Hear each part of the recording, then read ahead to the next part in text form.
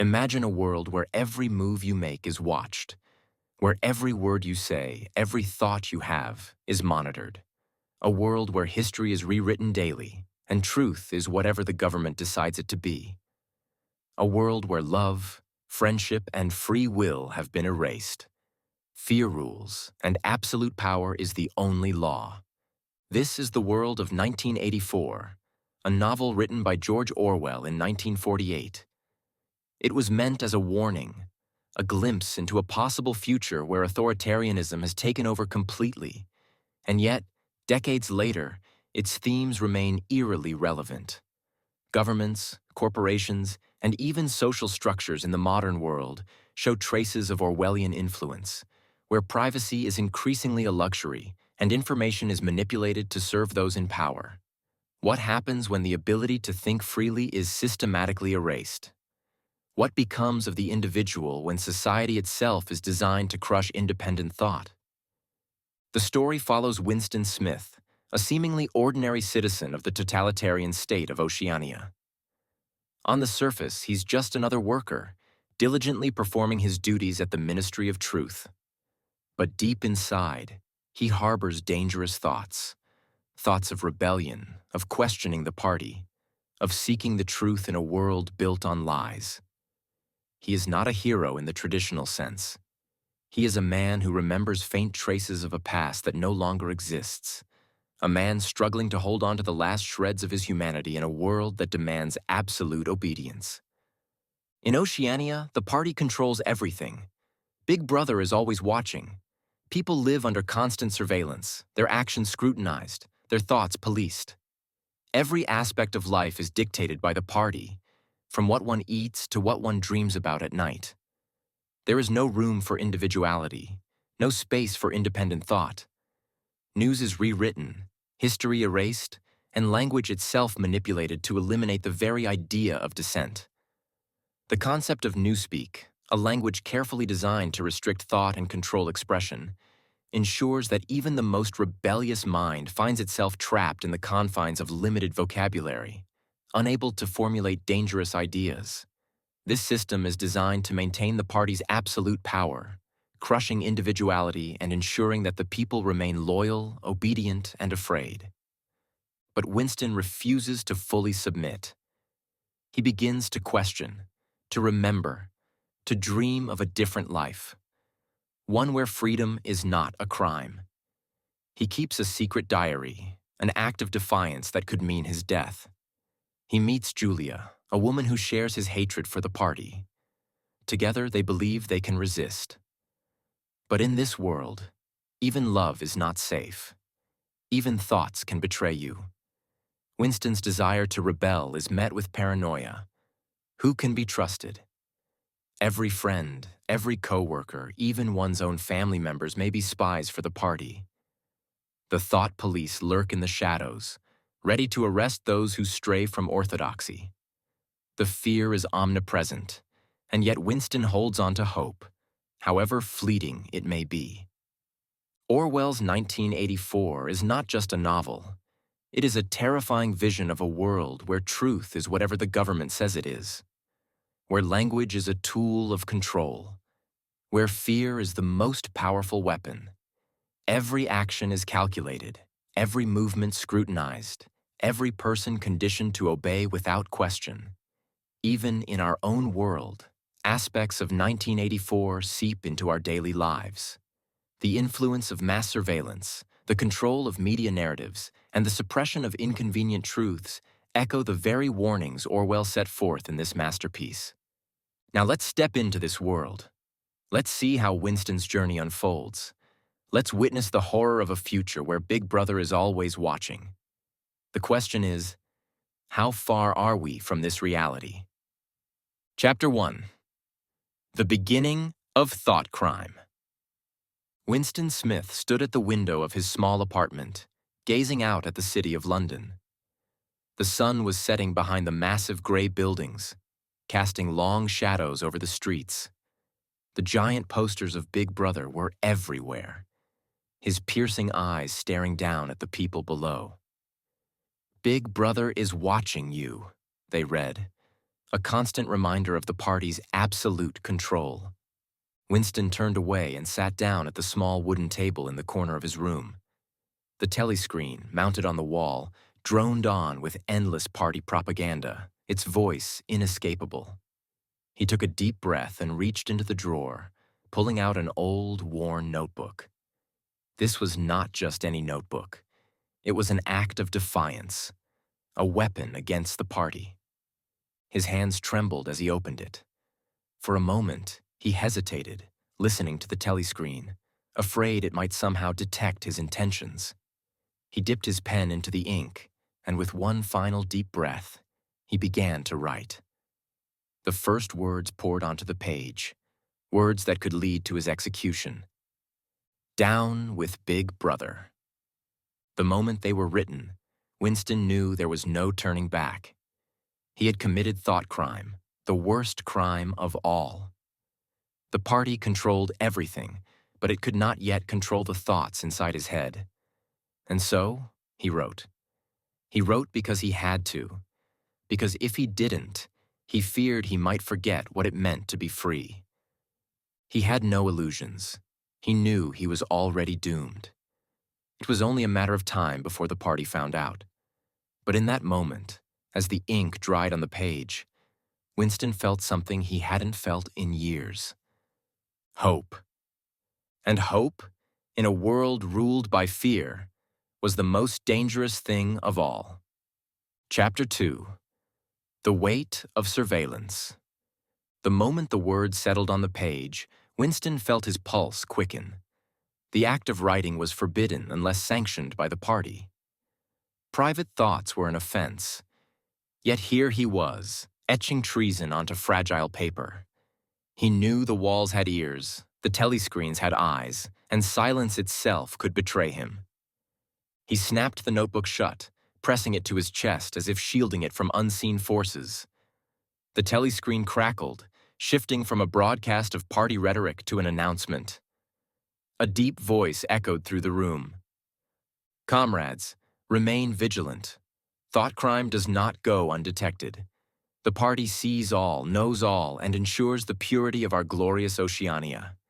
Big Brother is watching. Winston exhaled slowly, the weight of paranoia settling upon his shoulders. He pushed the notebook under the floorboard, pressing it firmly into the gap before sliding his chair back into place. He needed to move, to escape the confines of his mind, if only for a moment.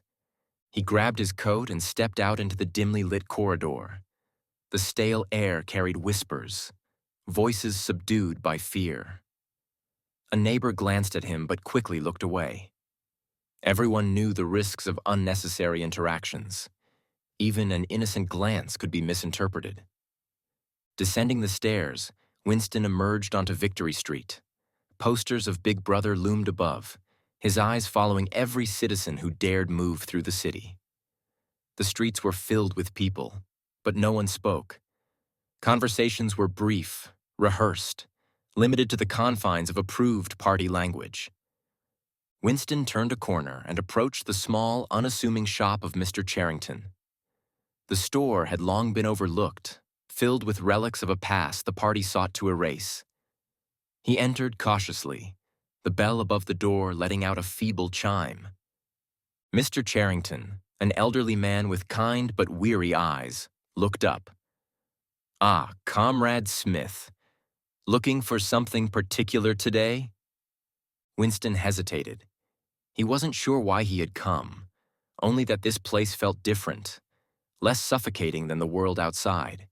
His eyes scanned the shelves filled with trinkets, aged books, and fragments of forgotten history. Then a small object caught his attention, a glass paperweight, smooth and round, with a fragment of coral embedded within. "This," Winston murmured, picking it up. "What is it?" Mr. Charrington smiled slightly. "A piece of the past. Beautiful, isn't it?" Winston turned the glass in his hands. It was useless, meaningless in the eyes of the party. Yet, it felt significant. A remnant of another time, a world that had once existed. He paid for the paperweight and slipped it into his pocket. As he stepped out of the shop, the cold air struck him, carrying the ever-present voice from the telescreens. War is peace. Freedom is slavery. Ignorance is strength. Winston clenched the glass paperweight in his palm. He didn't know why, but at that moment, it felt like an anchor, a small, tangible resistance against the vast ocean of control. And for the first time in a long while, he allowed himself to wonder, could there be a future beyond the party? Chapter 3. The Fragile Rebellion.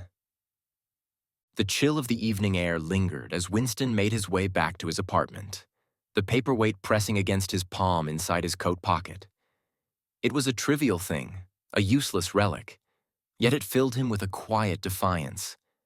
In a world where the past was rewritten daily, holding a fragment of history felt like an act of resistance. As he walked, he felt the weight of the telescreens pressing down on him. Their watchful presence never faltered, recording his every step, his every movement. He had long since perfected the art of blending in, of keeping his face impassive, his stride steady, his expressions devoid of anything that could betray a dangerous thought. But tonight, something felt different.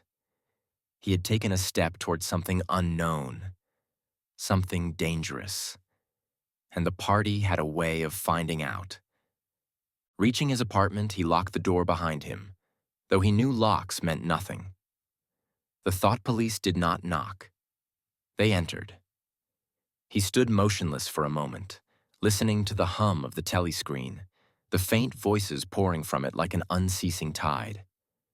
He retrieved the notebook from its hiding place, carefully lifting the floorboard. His heart pounded as he traced the words he had written earlier. Down with Big Brother. The ink had dried, but its meaning remained as dangerous as ever. He turned the page and hesitated, pen hovering above the blank surface. What more could he say? Was there anything left in his mind that had not already been touched by fear? With a deep breath, he began to write. Freedom is the freedom to say that 2 + 2 makes 4. If that is granted, all else follows. The words formed slowly, deliberately, as if each letter pushed against the invisible constraints of the party's rule. Logic, truth. 2 things that had no place in Oceania. A knock at the door shattered his focus. Winston froze, his blood turning to ice. The knock came again, 3 sharp, deliberate raps. He closed the notebook in an instant, his mind racing. Had they seen? Had they somehow known? He forced himself to breathe as he stepped forward, unlocking the door with a practiced calm. The door creaked open, revealing a familiar face. It was Parsons, his neighbor from the same apartment block. A stout man with the dull eyes of a true party believer. Winston forced a smile. "Ah, Comrade Smith," Parsons said with an air of forced cheerfulness. "Got a minute? My wife says the sink's acting up again. Mind taking a look?" Relief washed over Winston, but he dared not show it. He nodded.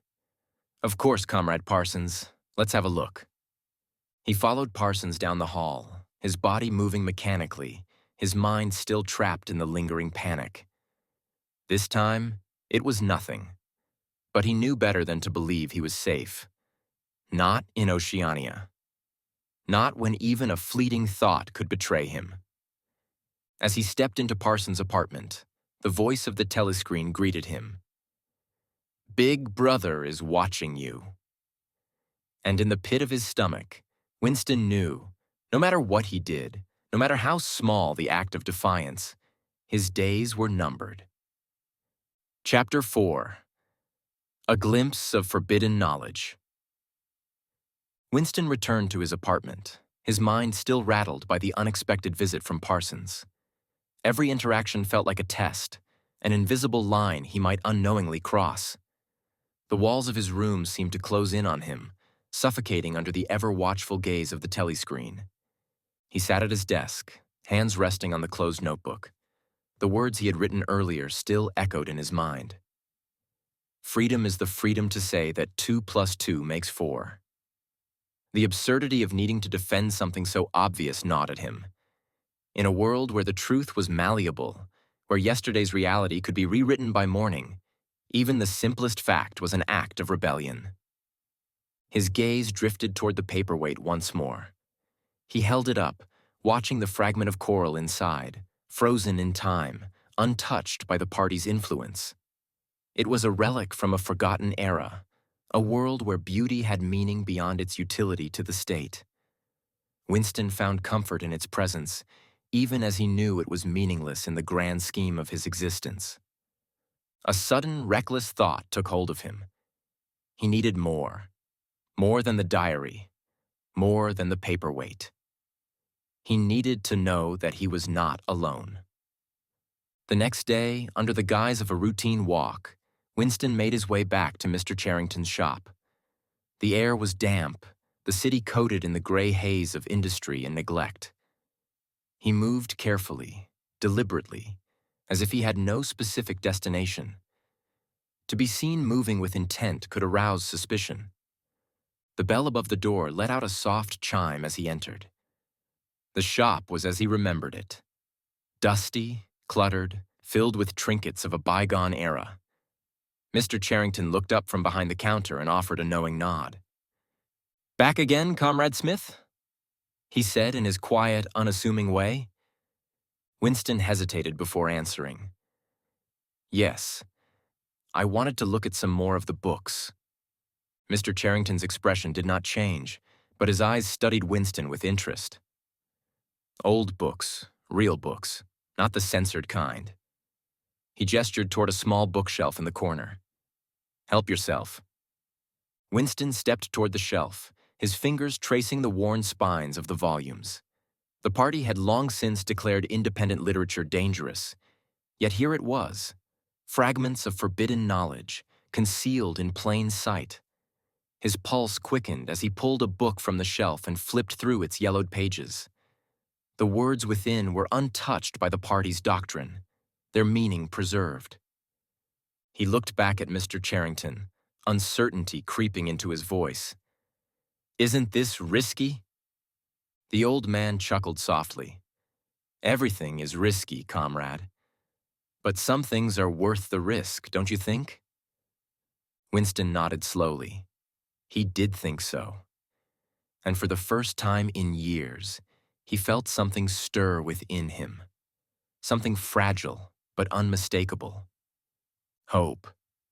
As he left the shop, book hidden beneath his coat, he knew he had taken another step toward the unknown. The line between safety and danger had blurred, and the path he had chosen was one from which there was no return. Chapter 5. The Whisper of Rebellion. The weight of the book pressed against Winston's chest as he walked home, concealed beneath his coat. Each step felt heavier, as though the very knowledge he carried had made him a marked man. The city loomed around him, cold, gray, lifeless. The telescreens hummed their constant static of party slogans, and posters of Big Brother glared down from every corner. As he entered his apartment, he hesitated before shutting the door. He turned, listening for any sound from the corridor. A trickle of paranoia seeped into his mind. Had anyone seen him enter Charrington's shop? Had anyone followed him? He forced himself to move.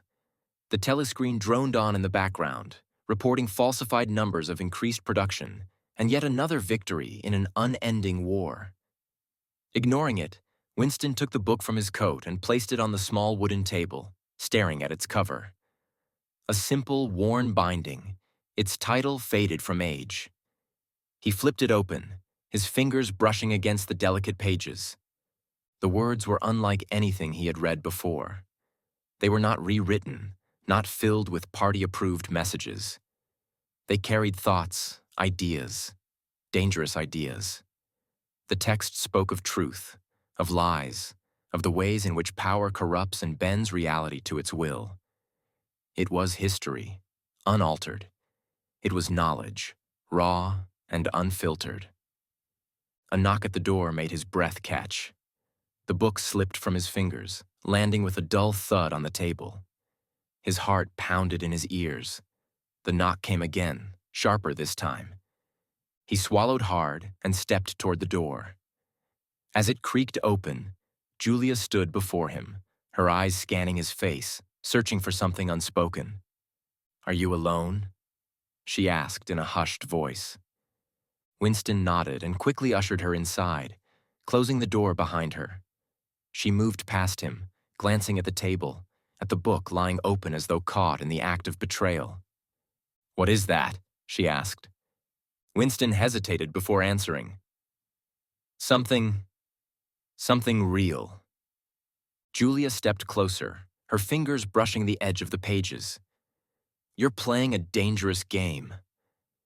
He let out a breath he hadn't realized he was holding. "We both are." She looked up at him then, and for the first time, he saw not just defiance in her eyes, but something deeper. Understanding, determination. A silent agreement passed between them. Rebellion had no certainty, no promise of success. Only the knowledge that resisting, even in the smallest way, meant reclaiming a part of themselves. Winston reached for the book once more, his voice steadier now. "Then let's play." Chapter 6. The Secret Pact. Julia took the book from Winston's hands, her fingers running over the worn cover. She hesitated for a moment before opening it, skimming the first few pages. The room felt smaller, more suffocating, as though the walls themselves were listening. The telescreen continued its dull murmur, but in this moment, it was nothing more than background noise.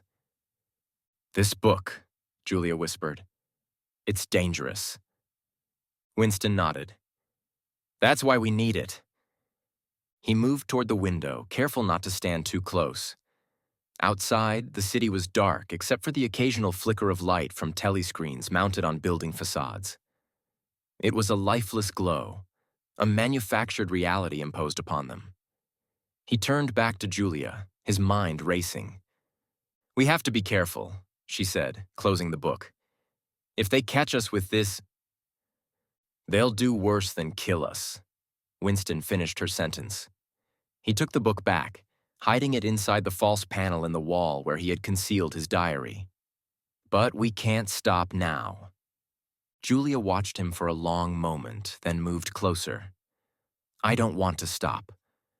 Her words were quiet but resolute. In this world of silence and fear, even a whisper of defiance was deafening. Winston felt a surge of something unfamiliar. Was it hope? He reached for her hand, and she didn't pull away. They sat together, the flickering light of the telescreen casting shadows across their faces. There was no escape from the party, no real way out. But for now, in this moment, they had each other, and that was something. Winston broke the silence. "There has to be a way to fight back." Julia's expression hardened. "Then we need to find it." Neither of them spoke after that, but the decision had been made. This was no longer about a single act of defiance. This was war. And war, they both knew, could only have one ending. Chapter 7. The First Steps Toward Rebellion. The night passed in uneasy silence. Winston lay awake, his mind racing with possibilities and fears. Every sound outside his window, every distant footstep, every murmur of wind, felt like a harbinger of discovery. He had stepped beyond the boundaries of silent resistance. Now he and Julia had declared war against the party, however small and insignificant their rebellion might seem. Morning light seeped through the cracks in the curtain, casting a pale glow over the room. Julia stirred beside him, blinking away sleep. For a brief moment, there was peace, a stillness untouched by telescreens or the omnipresent gaze of Big Brother. But reality returned swiftly. "We need a plan," Winston murmured, sitting up. Julia propped herself up on one elbow. We have one. We live, we survive, we find others. Winston shook his head. It's not enough. We need to know if there's truly resistance out there. If we're not alone. Julia was silent for a moment before she nodded. There's a man at the ministry, O'Brien. I think he's one of us. Winston's pulse quickened.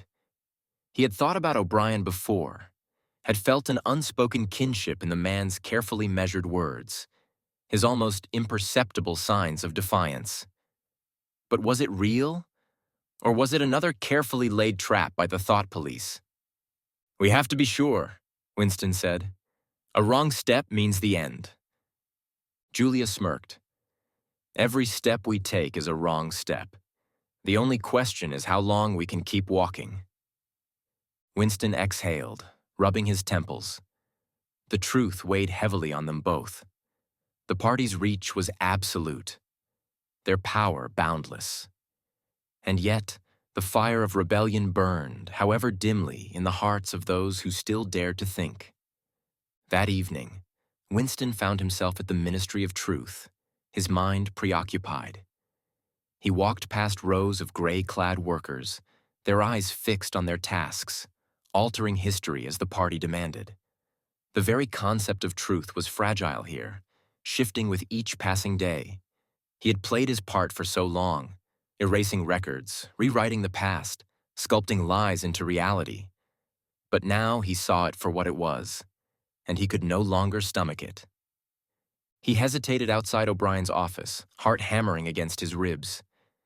This was a risk, an unforgivable crime if he was wrong, but he had made his choice the moment he first dared to question. A deep breath. A steady knock. The door opened slightly, and O'Brien's gaze met his. A flicker of something unspoken passed between them. An understanding. Winston stepped inside. Behind him, the telescreen buzzed softly, always watching. Chapter 8. A Dangerous Alliance. O'Brien's office was dimly lit, a stark contrast to the sterile brightness of the rest of the ministry. The air was heavy with the scent of old paper and something deeper, an unspoken weight of knowledge forbidden to most. Winston hesitated just beyond the threshold, his pulse quickening as O'Brien gestured him inside. You took your time, O'Brien said, his voice measured, calm. Winston swallowed hard, stepping further into the room, the door clicking shut behind him. For a moment, neither of them spoke. The air between them buzzed with tension, with the gravity of what was about to be said. Winston hesitated. I think you know why I'm here. O'Brien nodded slowly, his piercing eyes locking onto Winston's. I've been waiting for you. A chill ran down Winston's spine. Had he miscalculated? Was this a trap? Every warning screamed in his mind, but he forced himself to stand his ground. The Brotherhood, he said, barely above a whisper. Does it exist? O'Brien studied him carefully before speaking. What do you think, Winston? The answer was a test. Every question was a test. Winston knew that, but he also knew he was too far gone to turn back now. I believe it does, and I believe you're part of it. A slow smile played at the corners of O'Brien's lips. He turned, walking toward a bookshelf and pressing something unseen. A soft click sounded, and a hidden compartment slid open. Inside, among the volumes of censored texts, was a single book, one that Winston recognized instantly. Goldstein's The Theory and Practice of Oligarchical Collectivism. O'Brien pulled it free and turned back to face him. Then, you are ready to know the truth. Winston's breath hitched as O'Brien handed him the book. The weight of it in his hands felt surreal. He had spent his life rewriting history, erasing truths, ensuring the party's version of reality was the only one that remained. And yet, here he was, holding what the party feared most, a document that could unravel everything. "Read it," O'Brien instructed. "Study it, and when the time comes, you will act." Winston's hands tightened around the book. He had longed for this moment, yet the enormity of it now filled him with dread. He was committing the ultimate crime, a crime that could never be undone. O'Brien's voice cut through his thoughts. "Do you understand what this means, Winston?" He met O'Brien's gaze, feeling the weight of his own fate settling upon him. "Yes." "Then go," O'Brien said. "For now." Winston turned, his body moving on autopilot as he reached for the door handle. The telescreen in the corner hummed, its presence a silent reminder that even here, he was never truly alone. As he stepped out into the cold corridors of the ministry, the book tucked beneath his coat, he knew one thing for certain. There was no turning back, now. Chapter 9. The Weight of Knowledge. Winston walked through the cold corridors of the ministry, the book pressed tightly against his side. He tried to control his breathing, to suppress the wave of paranoia clawing at his mind. Every telescreen, every passing face seemed like a silent witness to his crime. The party did not allow secrets, yet here he was, carrying the greatest secret of all.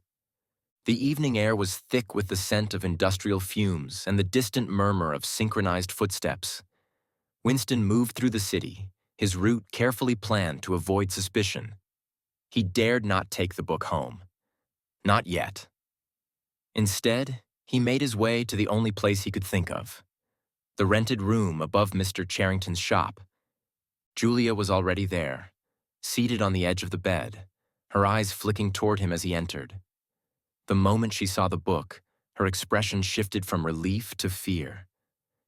"You have it?" she whispered, standing quickly and shutting the curtains. Winston nodded, placing the book on the small wooden table. Its presence felt like a living thing, radiating danger. He hesitated before flipping it open. The yellowed pages were filled with dense text, each word carrying the weight of forbidden knowledge. Julia sat beside him, her breath shallow. "Does it say what we think it does?" Winston scanned the first few lines, his fingers tracing the ink as he whispered the words aloud. "Throughout history, ruling classes have maintained control by shaping the truth. The past is rewritten to justify the present, and the present is manipulated to secure the future." He stopped, swallowing hard. It was everything he had suspected, everything he had feared. "The party isn't just changing history," Winston murmured. "They are erasing reality itself." Julia leaned closer, her voice hushed. "Then this book is our weapon." For hours, they pored over its pages. It confirmed their worst suspicions. War was perpetual because it ensured the people's obedience. The party's control of language, of facts, of even emotions was designed to prevent rebellion before it could begin. Even resistance was carefully orchestrated, allowing the illusion of defiance while ensuring ultimate control. Julia's fingers clenched into a fist. "If this is true, then there is no hope." Winston looked at her, a fire burning in his chest. "Number, if this is true, then hope is knowing the truth." The room felt smaller, the air heavier with each revelation. The telescreen in the street outside continued its endless propaganda, an ever-present reminder of the enemy they faced. And yet, for the first time, Winston felt something new. Not just fear, not just anger, determination. He closed the book gently, as though sealing away a piece of forbidden history. He turned to Julia, his voice steady. "We keep reading, we keep knowing, and when the time comes, we act." Julia nodded. There was no going back now. Chapter 10. The Illusion of Safety. The rented room, once a sanctuary, now felt like a prison. As the days passed, Winston and Julia continued to read, absorbing the forbidden knowledge hidden within Goldstein's book. Each page confirmed their fears and deepened their resolve. But with knowledge came paranoia, a creeping awareness that the walls around them might not be as solid as they seemed. One evening, as the sun dipped behind the towering structures of Airstrip 1, Winston turned a page and read aloud, his voice barely above a whisper. The essence of power is in tearing human minds to pieces and putting them together again in new shapes of your own choosing. Julia shivered, rubbing her arms as though to ward off a sudden chill. "It's terrifying how much sense it makes," she murmured. "How do you even fight something like this?" Winston closed the book and ran a hand through his hair. "You don't fight it in the open. You fight it here." He tapped his temple. "And here." He placed his hand over his chest. "The moment they control your thoughts, they win. We can't let them." Julia studied him, then slowly nodded. "So, we go on. We keep this to ourselves. We keep acting normal." But normalcy was a facade that could only hold for so long. The paranoia grew with each passing day. The whispers in the streets, the calculated glances of their colleagues, the ever-present hum of the telescreens. It all felt different now, more sinister, as if the world had shifted beneath their feet and they had not yet found their balance. Then, one evening, it happened. A knock at the door. Winston and Julia froze, their breath hitched in their throats. The room had no escape routes, no hidden passages, just four walls and a single betraying entrance. For a moment, neither of them moved. The knock came again, firmer this time. Winston slowly rose to his feet, locking eyes with Julia. She gave the faintest shake of her head, pleading silently for him to stay still. But he knew it was too late. Another knock, louder, insistent. He stepped forward, his hands clammy. The book still lay on the table, its pages open like an accusation. He glanced around, searching for something, anything, to make the damning evidence disappear. But there was no time. With a deep breath, he reached for the doorknob, feeling the weight of inevitability press down on him. As the door creaked open, the cold stare of the thought police met him, their black uniforms absorbing the dim light of the room. Behind them, Mr. Charrington stood, his kindly face now twisted into something unrecognizable, something triumphant. The telescreen hidden behind the painting on the wall crackled to life. "You are under arrest," came the voice from the speaker. Julia gasped. Winston felt his world collapse inward, the fragile rebellion shattering in an instant. There was no safety. There never had been. Chapter 11. The Descent into Darkness. The cold grip of the thought police yanked Winston into the corridor. His mind reeled, but his body refused to resist. Julia cried out as they pulled her from the room, her voice filled with a desperation he had never heard before. "Winston!" she screamed, her hands grasping at empty air as they dragged her away. He tried to move toward her, but the grip on his arms tightened. A hard blow to the stomach sent him crumpling to his knees, the air forced from his lungs. A boot pressed against his ribs, keeping him down. He caught one last glimpse of Julia before they turned a corner, and then she was gone. The moment stretched endlessly. The world tilted as two officers hoisted him up, their gloved hands digging into his arms. He wanted to speak, to scream, but there was nothing left to say. They had lost. He was blindfolded before being thrown into a waiting vehicle. The ride was silent except for the dull hum of the city outside. He could hear the distant echoes of party slogans blaring from telescreens, a cruel reminder that the machine continued to function, indifferent to his fate. The vehicle came to a stop. Rough hands pulled him forward, his legs barely responding. The air smelled of sweat and disinfectant. When they tore the blindfold from his face, the The stark white walls of the Ministry of Love surrounded him. A voice spoke from somewhere above. Prisoner 6079, Winston Smith. He swallowed hard, forcing his head up. The room was filled with prisoners, some hunched in corners, others staring vacantly at the walls. The bright overhead light cast harsh shadows, illuminating the despair carved into every face. Chapter 13. The Hollow Victory. Winston sat in the chair long after the cage was pulled away, his breathing shallow, his body limp. The lingering scent of the rats filled his nostrils, mixing with the sterile staleness of the Ministry of Love. His skin was clammy, his clothes damp with sweat. His mind, once sharp, once questioning, felt as though it had been hollowed out, leaving only an empty shell behind. O'Brien watched him, his gaze unreadable. There was no need for more words, no more lessons to teach. Winston had arrived at the inevitable conclusion. He had been broken, his will reduced to dust. The guards unshackled him, their hands rough.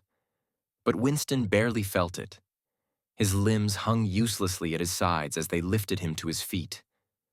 The door opened, and he was led through the sterile corridors, but the journey was meaningless now. He no longer feared, no longer hoped. Time lost all meaning. He was moved from one cell to another, fed when necessary, given rest when ordered. The ministry continued its work, reshaping his thoughts, smoothing the jagged edges of his former self until there was nothing left to resist. Then one day, he was released. The outside world greeted him like a ghost. The air felt different, thinner, as though he no longer belonged in it. He wandered through the streets, passing posters of Big Brother, feeling nothing as the words beneath them burned into his vision. Big Brother is watching you. The sight should have stirred something within him. Fear, anger, resentment. But there was nothing. He was nothing. His days were spent in the Chestnut Tree Cafe, where others like him sat in silence, their eyes hollow, their lips murmuring words of praise to the party. The telescreen flickered with reports of victory, of enemies defeated, of Oceania's eternal strength. He no longer questioned it. He accepted it all. One evening, as he stirred the thin, bitter gin in his glass, he saw her. Julia. She was across the cafe, thinner than he remembered, her hair dull and lifeless. She glanced at him, their eyes meeting for only a second. There was no warmth in her gaze, no shared understanding. Whatever they had been to each other was gone, erased, rewritten like everything else. They sat together for a moment, neither one speaking. When Julia finally did, her voice was flat, emotionless.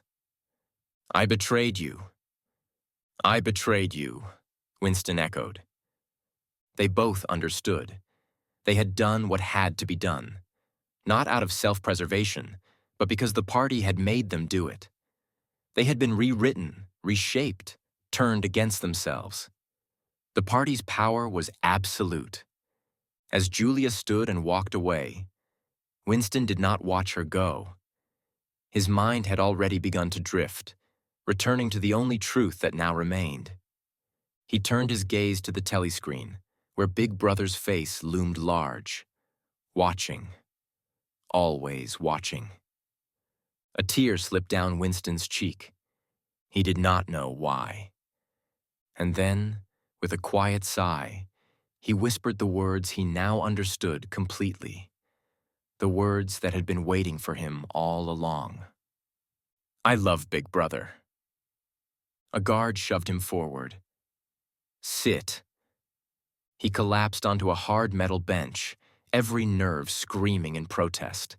The room buzzed with quiet murmurs, the sound of distant footsteps, the occasional muffled sob. He wasn't alone. But that was no comfort. Minutes stretched into hours, or maybe days. Time lost meaning here. Prisoners were taken through a heavy steel door one by one. Some returned broken, others never returned at all. Winston kept his eyes on the floor, forcing himself to remain still, to show nothing. The moment he let fear take hold, they would know. They always knew. Then, without warning, a familiar voice cut through the silence. Winston. His blood ran cold. He looked up. O'Brien stood before him, his face unreadable, his presence more terrifying than the guards themselves. For one absurd second, Winston felt the faint flicker of hope. But then O'Brien spoke again. You have been expected. Winston's heart pounded. The weight of betrayal settled in his chest. There was no brotherhood. There never had been. As the steel door opened behind him, the last of his illusions shattered. He was alone. Chapter 12. The Breaking Point. The walls of the Ministry of Love closed in around Winston like a vice. The cold, sterile air carried the echoes of distant screams, some human, some inhuman. Time ceased to have meaning. Hours, days, weeks, he could no longer tell. The light above his head never dimmed, never flickered, casting a permanent, sickly glow that left no room for shadows, no space for relief. He was dragged through endless corridors, his feet shuffling against the floor as his captors pushed him forward. His body ached, his muscles sore from the ceaseless tension. The door at the end of the hall loomed before him, its presence as inevitable as the fate he now accepted. Room 101. O'Brien walked beside him, his pace measured, deliberate. There was no smugness in his face, no triumph, only the calm certainty of a man who knew the outcome before the game had even begun. Inside, the room was empty except for a single chair in the center. Heavy straps hung from its arms and legs, waiting. Winston was forced down into the seat, his wrists bound, his ankles secured. A low mechanical hum filled the space, a rhythmic pulse that sent an involuntary shudder through his body. O'Brien stood over him, studying his face. You know why you are here, Winston. Winston swallowed, his throat dry. To confess. A slow nod. Yes, but not just to confess. O'Brien leaned in, his voice softer now. To understand. Winston's breath came faster. The weight of those words pressed into his chest like a stone. Understanding. That was the real goal, wasn't it? Not just to force obedience, but to shape reality itself until resistance was not just impossible, but unimaginable. O'Brien stepped aside, revealing a table covered by a dark cloth. With careful precision, he pulled it back, unveiling a cage filled with writhing, starved rats. Their beady eyes glinted under the fluorescent light, their sharp claws scraping against the metal bars. The air carried the unmistakable scent of fear. Winston's stomach twisted. A sharp gasp left his lips before he could stop it. O'Brien smiled, as though pleased by the reaction. Room 101 contains the worst thing in the world. For every person, that thing is different. But for you, Winston, he gestured to the rats. It is this. A lever protruded from the side of the cage. O'Brien placed his hand upon it. You asked me once if the Brotherhood was real. His fingers tightened around the lever. Does it matter? Reality is what we say it is. The bars of the cage inched closer to Winston's face. His pulse pounded in his ears, his body convulsing against the restraints. He tried to force the words out, the plea he knew O'Brien was waiting for, but his voice failed him. The rats screeched, their frenzy growing. Terror shattered his last defenses. He screamed, the words bursting from his lips before he could stop them. Do it to Julia, not me. Do it to Julia. The room fell silent. The air itself seemed to pause. O'Brien studied him for a long moment. Then, with a flick of his wrist, he released the lever. The cage was pulled back. Winston collapsed against the chair, his body trembling, his mind unraveling. He had betrayed her. The last thing that had made him human, the last tie to his old self. Gone. O'Brien placed a hand on Winston's shoulder, a gesture almost paternal. "Now, Winston," he murmured, "you are ready." And Winston knew in the deepest part of himself that he had lost.